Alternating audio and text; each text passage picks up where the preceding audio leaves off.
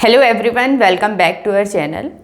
तो CSIR NET की जो अभी रिसेंट में अपना एग्ज़ाम हुआ है दिसंबर 2024, उसके मेमोरी बेस्ड क्वेश्चन हम सोल्व कर रहे थे और मैथमेटिकल फिजिक्स और सॉलिड स्टेट फिजिक्स से जो क्वेश्चन पूछे गए थे वो हमने सोल्व किए थे। सॉलिड स्टेट का अपना एक क्वेश्चन रह गया था जो हम आज की वीडियो में देखने वाले हैं। 2 वीडियो जो है वो ऑलरेडी हम अपलोड कर चुके हैं, उनका लिंक आपको डिस्क्रिप्शन में मिल जाएगा। तो आज की वीडियो में एटॉमिक एंड मॉलिक्यूलर फिजिक्स से जो अपने क्वेश्चन पूछे गए थे नेट में वो हम देखने वाले हैं और एज एक्सपेक्टेड 3 क्वेश्चन आपसे पूछे गए थे सी सेक्शन में। तो सबसे पहले तो सॉलिड स्टेट फिजिक्स का जो क्वेश्चन अपना रह गया था वो हम एक बार देख लेते हैं कि क्या आंसर होना था इसका। Magnetisation M as a function of applied magnetic field H for 2 different samples जो आपको गिवन है 1 and 2 at temperature T, these samples are known to be superconducting below their respective critical temperature TC। और इसमें option आपको किस type से given थे कि जो फर्स्ट फिगर है वो क्या रिप्रेजेंट करती है कि वो टाइप 1 सुपर कंडक्टर है below critical temperature and below critical magnetic field, और जो फिगर 2 है वो टाइप 2 सेमीकंडक्टर है below critical temperature above first जो क्रिटिकल फील्ड है उससे, या फिर हम क्या बोलें above the lower critical field या below the upper critical field. इस टाइप से आपको ऑप्शन गिवन थे। तो जो बेस्ट ऑप्शन इसका होना था वो क्या होना था, आपको वैसे देखते ही समझ आ रहा है कि ये जो है वो हमारा टाइप 1 सुपर कंडक्टर है और ये टाइप 2 सुपर कंडक्टर है। पर इसके लिए जो कंडीशन होनी चाहिए वो क्या होनी चाहिए सुपर कंडक्टर की, क्योंकि इसमें अपने पास 2 फील्ड हैं, एक हम बोलते हैं HC1 और HC2। HC1 से बिलो जो है स्टेट वो अपनी प्योर सुपर कंडक्टर है और HC1 से लेके HC2 जो फील्ड है उसमें हमारे पास मिक्स्ड सुपर कंडक्टर है, मिक्स्ड स्टेट है ये। इसमें सुपर कंडक्टर भी है और नॉर्मल स्टेट भी है, दोनों का क्या है मिक्स्ड स्टेट है ये। तो ऑप्शन में आपसे बात हो रही थी सुपर कंडक्टर की। तो फर्स्ट फिगर तो क्या है टाइप 1 सुपर कंडक्टर है below critical field, below critical temperature below TC and below, चाहे यहाँ पे आपको लोअर क्रिटिकल फील्ड गिवन हो या फिर upper Br plus in its ground state where atomic number of Br is 35, LS coupling for lowest energy of ions. तो आपको LS coupling बनानी है लोवेस्ट एनर्जी के लिए किसकी, Br प्लस की। ठीक है, LS कपलिंग का हम यूज करेंगे, मतलब आपको ग्राउंड स्टेट स्पेक्ट्रोस्कोपिक टर्म बतानी है ब्रोमीन पॉजिटिव आयन की। आपको ब्रोमीन का एटॉमिक नंबर गिवन है, तो ब्रोमीन की अगर हम बात करें तो एटॉमिक नंबर आपको गिवन है 35। तो इलेक्ट्रॉन्स जो इसके फिल होंगे वो कैसे होंगे, 1s में 2, 2s में 2, 2p में 6, 3s2, 3p6, 4s2, 3d10 and 4p में 5। 35 इलेक्ट्रॉन्स जो हैं वो इस टाइप से फिल होंगे। अब हम बात करते हैं ब्रोमीन पॉजिटिव आयन की, मतलब एक इलेक्ट्रॉन को हमने क्या कर दिया, इजेक्ट आउट करा दिया। तो एक इलेक्ट्रॉन जब रिलीज हो जाता है तो हमारे पास ब्रोमीन पॉजिटिव आयन बनता है। तो एक इलेक्ट्रॉन जो रिलीज होगा वो 4p से होगा। तो ये तो एज इट इज़ है, लास्ट जो इलेक्ट्रॉन फिल होंगे वो क्या होंगे 4p में 4। और 4p4 के लिए आपको ग्राउंड स्टेट इलेक्ट्रॉनिक टर्म बतानी है, और इस टाइप के क्वेश्चन तो हम PYQs में कर भी चुके हैं, एटॉमिक की जो हमने वीडियो डाली थी उसमें। तो कैसे निकालेंगे, p ऑर्बिटल है कैसे फिल होंगे, इस टाइप से फीलिंग होगी। यहाँ पे L की वैल्यू +1 होती है, ml की वैल्यू +1, 0 एंड -1। ठीक है, s की वैल्यू क्या होगी, अपर स्पिन के लिए +½ हो जाएगी और लोअर स्पिन के लिए -½। तो टोटल s वैल्यू जो यहाँ से आती है वो कितनी आती है 1/2 + 1/2 से लेके 1/2 - 1/2 तक। तो 2 पॉसिबल वैल्यू हो सकती हैं 1 एंड 0। ठीक है, L वैल्यूज की अगर हम बात करें तो L वैल्यू क्या आएगी, ml वैल्यू सबसे पहले हम निकालेंगे। तो ml वैल्यू हमारे पास कितनी आ रही है, सबका सम हम करेंगे तो ml वैल्यू हमारे पास आ रही है 1। तो ml1 वैल्यू किसके कोरस्पॉन्ड होगी, L = 1 के कोरस्पॉन्ड। तो यहाँ से J की वैल्यू अगर हम निकालें तो J की पॉसिबल वैल्यू क्या क्या हो सकती है, जे की पॉसिबल वैल्यू हमारे पास होगी 210। ठीक है, तो ग्राउंड स्टेट स्पेक्ट्रोस्कोपिक टर्म जो हम निकालेंगे वो हम निकालते हैं हुंड्स रूल का यूज करके कि कौन सी स्टेट की लोअर एनर्जी होगी। तो सबसे पहले हम क्या बोलते हैं कि higher S has lower energy, higher L has lower energy, and then फिर हम देखते हैं कि अपने पास जो ऑर्बिटल है वो मोर देन हाफ फील्ड है या लेस देन हाफ फील्ड है। अगर लेस देन हाफ फील्ड है तो हम बोलेंगे कि lower J has lower energy, but अगर मोर देन हाफ फील्ड है तो हम क्या बोलेंगे कि higher J value has lower energy. तो उसके अकॉर्डिंग एस की वैल्यू तो हमारे को पता चल गई कि एस की वैल्यू कितनी होनी चाहिए, 1 होनी चाहिए। एल की वैल्यू तो एक ही है 1, जे की वैल्यू कितनी होनी चाहिए, 2 होनी चाहिए। तो यहाँ से हमारे पास स्पेक्ट्रोस्कोपिक टर्म क्या आती है, 2s + 1lj। ठीक है, तो 2s + 1 हमारे पास बनेगा 3 और l की वैल्यू 1 है तो यहाँ पे बनेगा p और j की वैल्यू है हमारे पास 2 तो 3p2। जो ए ऑप्शन है वो इसका करेक्ट ऑप्शन बनेगा। आई होप ये क्वेश्चन तो आप सब अटेम्प्ट करके आए होंगे और ठीक ही करके आए होंगे। नेक्स्ट क्वेश्चन है अपना, a hydrogen atom is excited to 3s half relaxes to ground state via electric dipole transition. Consider only fine structure and ignoring hyperfine structure. तो maximum number of emitted spectral lines आपको बतानी है। Hydrogen atom को excite किया है 3s half में, जहाँ पे n की वैल्यू हमारे पास हुई 3, l की वैल्यू कितनी है 0 एंड j की वैल्यू कितनी है हाफ। अब यहाँ पे हो रहा है electric dipole transition. Electric dipole transition के लिए जब आप स्पेक्ट्रल लाइंस देखोगे तो सबसे पहले आपको क्या पता होना चाहिए, सिलेक्शन रूल्स पता होना चाहिए कि कौन से सिलेक्शन रूल्स हैं जिनके लिए हमें इलेक्ट्रिक डाइपोल ट्रांजिशन जो है वो पॉसिबल है। सिलेक्शन रूल क्या है कि डेल्टा एल की वैल्यू जो है वो कितनी हो सकती है, +-1 इलेक्ट्रिक डाइपोल ट्रांजिशन के लिए, एंड डेल्टा जे की वैल्यू जो है वो क्या हो सकती है 0 एंड +-1। बट j = 0 से लेके j = 0 में ट्रांजिशन जो है वो फॉरबिडन होगा, वो नॉट अलाउड होगा। तो ये है हमारे पास सिलेक्शन रूल। अब 3s हाफ जो है वो है हमारे पास एक्साइटेड स्टेट, और एक्साइटेड स्टेट से ground state of hydrogen atom में रिलैक्स हो रहा है वाया इलेक्ट्रिक डाइपोल ट्रांजिशन। तो सबसे पहले हम ग्राउंड स्टेट निकालेंगे हाइड्रोजन एटम की। तो ग्राउंड स्टेट की हम बात करें तो क्या वैल्यू आएगी, n की वैल्यू कितनी होगी 1 ग्राउंड स्टेट के लिए, n की वैल्यू 1 होगी तो 1 हम लिखेंगे। एक ही इलेक्ट्रॉन है हमारे पास तो l की वैल्यू कितनी होगी, n 1 है तो l 0 ही पॉसिबल हो सकता है तो s हो जाएगा, और एक इलेक्ट्रॉन है तो g की वैल्यू कितनी होगी, हाफ ही होगी। तो 3s हाफ से 1s हाफ में क्या हो रहा है, ट्रांजिशन हो रहा है। तो डायरेक्ट ट्रांजिशन तो पॉसिबल नहीं है, क्यों, क्योंकि डेल्टा एल जो है वो +-1 होना चाहिए, और यहाँ पे डेल्टा एल अगर आप देखो तो आपको क्या दिख रहा है 0। अब डायरेक्ट ट्रांजिशन पॉसिबल नहीं है तो क्या होगा, अब इलेक्ट्रिक डाइपोल ट्रांजिशन तो हो रहा है, क्योंकि ये क्या कह रहा है कि हाइड्रोजन एटम जो एक्साइटेड स्टेट में इसमें है वो रिलैक्स कर रहा है to ground state via electric dipole transition.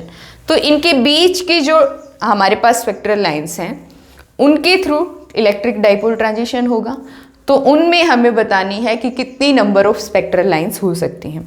तो बीच की टर्म्स हमारे पास कौन सी होंगी, ये है हमारे पास n = 3 के कोरस्पोंड, तो n = 2 के कोरस्पोंड हमारे पास वैल्यूज होंगी। तो n = 2 में l की कौन सी वैल्यू हो सकती है, 0 एंड 1। ठीक है, तो l 0 और 1 हो सकता है, और एक ही इलेक्ट्रॉन है तो j की वैल्यू तो हाफ ही होगी। ठीक है, लेकिन अब l की वैल्यू अगर हम 1 लेते हैं तो j की वैल्यू हमारे पास क्या आएगी, 3/2 भी पॉसिबल होगी। ठीक है, क्योंकि s जो स्पिन है वो तो हाफ ही है, और l = अगर 1 हम लेते हैं तो j की वैल्यू हमारे पास 2 आती है, हाफ एंड 3/2, और अगर l की वैल्यू हम 0 लेते हैं तो हमारे पास j की वैल्यू हाफ ही आएगी।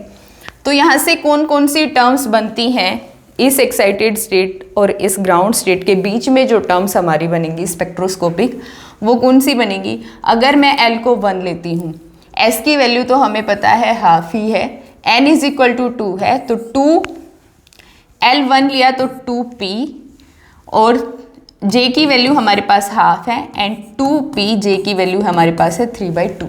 ठीक है, तो 2 तो ये होगी। अगर मैं L की वैल्यू लेती हूँ 0, N की वैल्यू तो हमारे पास 2 है, L की वैल्यू 0 तो S, एंड J की पॉसिबल वैल्यू एक ही हो सकती है, वो क्या होगी 2S हाफ। तो 3S हाफ और यहाँ पे आएगा 2P 3/2, 2P 1/2, 2S 1/2 and last में अपना क्या होगा 1S 1/2, that is ground state. ठीक है, तो अब आपको देखना है इलेक्ट्रिक डाइपोल ट्रांजिशन जो कि इन सिलेक्शन रूल्स को फॉलो करे। तो S से P में ट्रांजिशन पॉसिबल है क्योंकि डेल्टा L क्या होगा +-1 होगा। P 3/2 में भी पॉसिबल है क्योंकि आप देखते हो अगर J की वैल्यू यहाँ से तो क्या आएगी +-1 आती है। S से लेके 2P 1/2 में भी ट्रांजिशन पॉसिबल है, लेकिन S से 2S 1/2 में ट्रांजिशन पॉसिबल नहीं है। ठीक है, अब जब अपना एटम जो है वो इस स्टेट में आ गया तो इस स्टेट से ग्राउंड स्टेट जो है हमारी उसमें भी ट्रांजिशन पॉसिबल है। आप चेकआउट कर सकते हो, J की वैल्यू आएगी 1, L की वैल्यू भी कितनी आएगी 1 आएगी। तो सिलेक्शन रूल को फॉलो करता है और इसमें अगर आता है तो यहाँ से यहाँ भी ट्रांजिशन पॉसिबल है जो कि सिलेक्शन रूल को फॉलो करता है। ठीक है, और क्योंकि यहाँ पे ही ट्रांजिशन पॉसिबल नहीं है तो अपने पास जो टोटल ट्रांजिशन है, जो टोटल स्पेक्ट्रल लाइंस आ रही हैं वो कितनी आ रही हैं 4 आ रही हैं। तो जो डी ऑप्शन होगा ना इसका वो करेक्ट ऑप्शन होगा। आई होप आपको समझ आया होगा। नेक्स्ट क्वेश्चन है अपना the hyper fine splitting of ground state of hydrogen atom, जो आपको गिवन है कि डेल्टा ई जो है दोनों स्प्लिटिंग के बीच का जो गैप है एनर्जी गैप वो प्रोपोर्शनल है GP/GE डिवाइडेड बाई MP/ME/AQ, जहाँ पे GP जो है वो न्यूक्लियर के लिए है, GE है वो इलेक्ट्रॉन के लिए है और A क्या है ऑर्बिटल रेडियस है ऑफ ग्राउंड स्टेट। और बात हो रही है हाइड्रोजन एटम की, तो हाइड्रोजन एटम के ग्राउंड स्टेट की जो ऑर्बिटल रेडियस है उसको हम क्या बोलते हैं बोहर रेडियस भी बोलते हैं। ठीक है, और Gp की वैल्यू आपको गिवन है 5.59। In hydrogen atom transition between these split levels correspond to radiation of lambda is equal to 21 centimetre. जो हाइपर फाइन स्प्लिटिंग की एनर्जी गैप जो आपको गिवन है उसके कोरेस्पोंड जो वेवलेंथ होगी वो आपको गिवन है दैट इज 21 सेंटीमीटर। तो आपको बताना है कि अगर प्रोटॉन को हम रिप्लेस कर दे पॉजिट्रॉन से तो उसके कोरस्पॉन्ड जो स्प्लिटिंग होगी और स्प्लिटिंग का जो एनर्जी गैप है उसके कोरस्पॉन्ड वेवलेंथ क्या होगी, तो ये आपको बताना है। तो आपको देखना है कि जब हम प्रोटॉन को रिप्लेस करते हैं पॉजिट्रॉन से तो एनर्जी गैप जो आपको गिवन है वो कैसे चेंज होता है, उसी के अकॉर्डिंग हम वेवलेंथ निकाल सकते हैं। तो अब यहाँ पे आपको गिवन है एनर्जी गैप जो है वो प्रोपोर्शनल है GP/GE डिवाइडेड बाई MP/ME/AQ। ठीक है, तो G है ये प्रोटॉन का, GP जो है वो न्यूक्लियर का है मतलब प्रोटॉन का है। ठीक है, और अगर मैं चेंज करती हूँ प्रोटॉन को पॉजिट्रॉन से तो GP जो होगा वो अब किसका होगा पॉजिट्रॉन का होगा। तो GP मतलब पॉजिट्रॉन के लिए उसकी वैल्यू क्या होगी, जो G इलेक्ट्रॉन के लिए होता है सेम ही वैल्यू होगी। पॉजिट्रॉन और इलेक्ट्रॉन में फ़र्क कितना है कि बस चार्ज का फ़र्क है और चार्ज अफेक्ट नहीं करता इन दोनों टर्म्स को, तो हमारे पास वैल्यू कितनी आएगी सेम ही आएगी दैट इज़ 2। ठीक है, MP जो है MP आपको पता है मास ऑफ प्रोटॉन जो है वो 1836 टाइम्स होता है मास ऑफ इलेक्ट्रॉन के, और अगर मैं बोलूँ मास ऑफ पॉजिट्रॉन तो मास ऑफ पॉजिट्रॉन तो आपको पता है मास ऑफ इलेक्ट्रॉन के ही इक्वल होता है।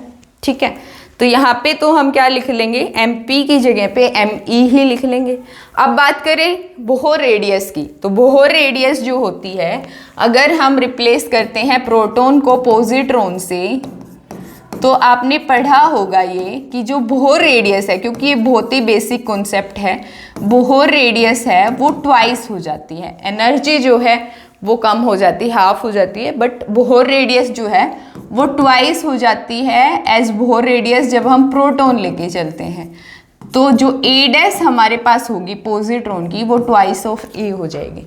ठीक है, तो सारे कैसे चेंज होंगे फैक्टर्स वो हमने देख लिए। अब डेल्टा E' अगर मैं निकालूं तो वो क्या आएगा, प्रोपोर्शनल टू Gp की जगह पे वैल्यू हम पुट करेंगे 2, ठीक है, इनटू में Ge डिवाइडेड बाय Mp की जगह पे मैं वैल्यू पुट करती हूँ, मास ऑफ प्रोटॉन है ना यहाँ पे, mass of proton 1836 times mass of positron.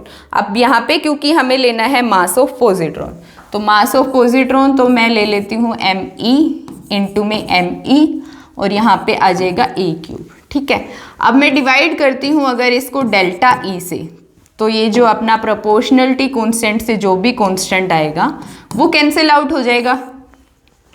तो क्या वैल्यू आती है, जीपी की वैल्यू आपको क्योंकि गिवन है तो हम लिख लेते हैं 5.59 इनटू में Ge डिवाइडेड बाय Mp की जगह पे हम लिखेंगे 1836 टाइम्स Me और A³ जो यहाँ पे था, यहाँ पे हमने A³ में चेंज नहीं किया, तो A³ जो होगी यहाँ पे वो क्या होगी, ट्वाइस ऑफ A और उसका होल क्यूब, तो यहाँ पे आ जाएगा A³। तो कैंसिल आउट करोगे आप, ये टर्म कैंसिल हो रही है, ये भी कैंसिल हो रही है और A³ जो है वो भी कैंसिल हो रहा है। तो हमारे पास बचता क्या है, delta E' upon delta E जो है वो आता है 2 मल्टीप्लाई में जाएगी ये वाली टर्म, मल्टीप्लाई 1836 डिवाइड बाई 5.59 और नीचे हमारे पास क्या है इनटू 8।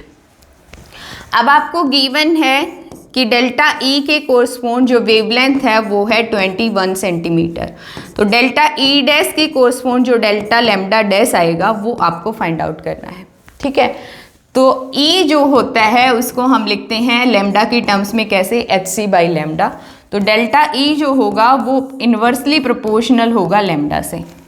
तो अगर मैं निकालूं delta lambda dash upon delta lambda तो वो क्या आ जाएगा, रिवर्स हो जाएगा इसका, तो 8 multiply by 5.59 divided by 2 into 1836, तो ये 2 कैंसिल हुआ 4 टाइम्स।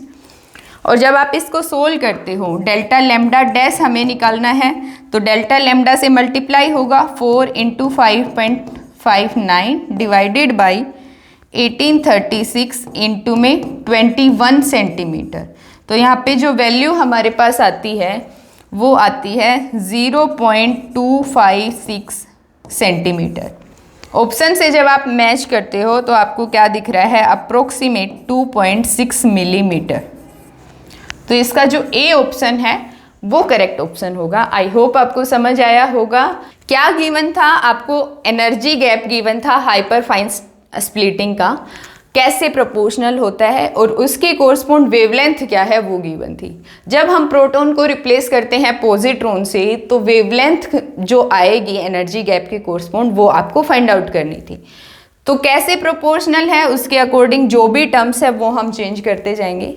अगर हम प्रोटॉन को रिप्लेस करते हैं पॉजिट्रॉन से तो बोहर रेडियस ट्वाइस ऑफ ए हो जाती है। Mp और Me में डिफरेंस है वो आपको पता है। Gp जो है वो आपको गिवन है और अगर हम पॉजिट्रॉन के लिए निकालें तो वो इलेक्ट्रॉन का ही इक्वल होगा, दैट इज 2। तो जो ए ऑप्शन होगा वो इसका करेक्ट ऑप्शन होगा। तो आज के लिए तो इतना ही। आई होप आपको समझ भी आया होगा। अगर आपको फिर भी किसी क्वेश्चन में डाउट आता है तो आप कमेंट करके पूछ सकते हैं। रिमेनिंग सब्जेक्ट्स के जो क्वेश्चंस हैं वो हम नेक्स्ट वीडियो में देखेंगे। तो मिलते हैं नेक्स्ट वीडियो में।